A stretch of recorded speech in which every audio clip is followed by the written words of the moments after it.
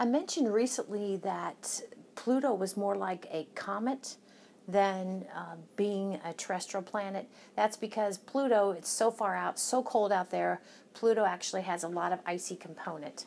And then we talked about the Kuiper Belt, and we call things that are in the Kuiper Belt objects, or KBOs. So those things make great comets. So what a comet is rocky, icy object. And if they're too close to the sun, it's not going to be stay ice. So the Kuiper Belt objects and the Oort cloud is material that was kind of flung out there by the solar wind when the sun turned on. And there are two dates that I want you to know, and one of the dates is the beginning of our solar system, and that was 4.6 billion years ago. So comets then those materials out there in the Kuiper Belt and even the Oort cloud can get a nudge and kind of move it from where it's orbiting the sun way far out to send it on a different trajectory towards the sun. Now that could be a planet that could make that kind of nudge happen. Actually, it could be another star which can make that nudge happen, which is kind of interesting.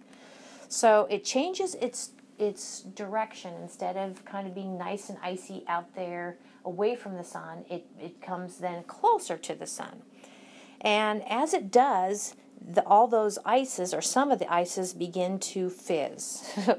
Okay, so we kind of actually have a few things going. We have, here is kind of the anatomy of a comet. You see a tail. Actually, there's two tails. There is the straight ion tail, and there's kind of a curved dust tail that you may or may not see. Okay, here I see a straight ion tail, and maybe this is the curved dust tail.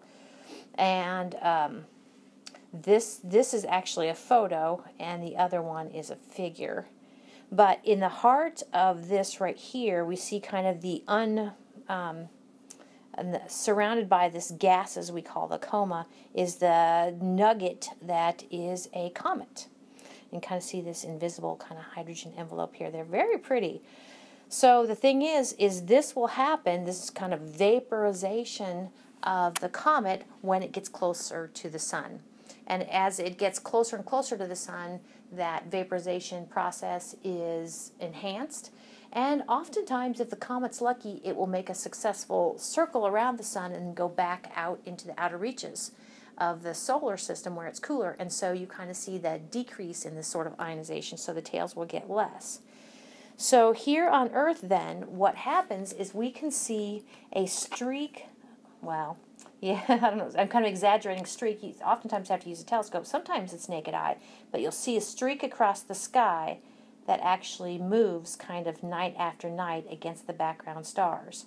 And it may be getting longer if it's getting closer to the sun, or shorter if it's getting farther from the sun. Okay, so that is a comet. Here we have a comet kind of caught in action. We talked about terms perihelion,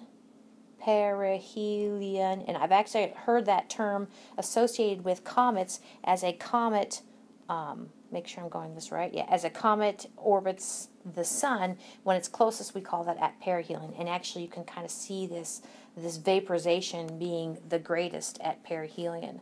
Another thing, do you notice, I really like this figure, is that in all of the cases, even though kind of this line right here is showing you how the sun is orbiting, how the comet is orbiting the sun, you can see that the tail is always directed away from the sun. So it's not in the direction of movement, but the tail is away from the sun. Remember, two tails. So that actually is due to something we talked about, solar wind, kind of blowing that tail away from it. So that's kind of cool. Very neat. I think I've got to kind of wrap up to show a few images of some comets. This is Comet Ison, and they're named after who finds them, who discovers the comet. Now, I only recently was told this, that there is actually software out there that looks at the nighttime sky and looks for things like comets, and then they kind of have they'll name the software and give it a designation. So I'm not sure Ison might be one of them, but it's a beautiful comet. Here we have Comet McNaught, and you see how they're all a little bit different. So we have kind of a coma here, and not much of a coma here, and we have just a barely tail here, and we have kind of you can generally see the two tails there. So and this is Comet Lovejoy.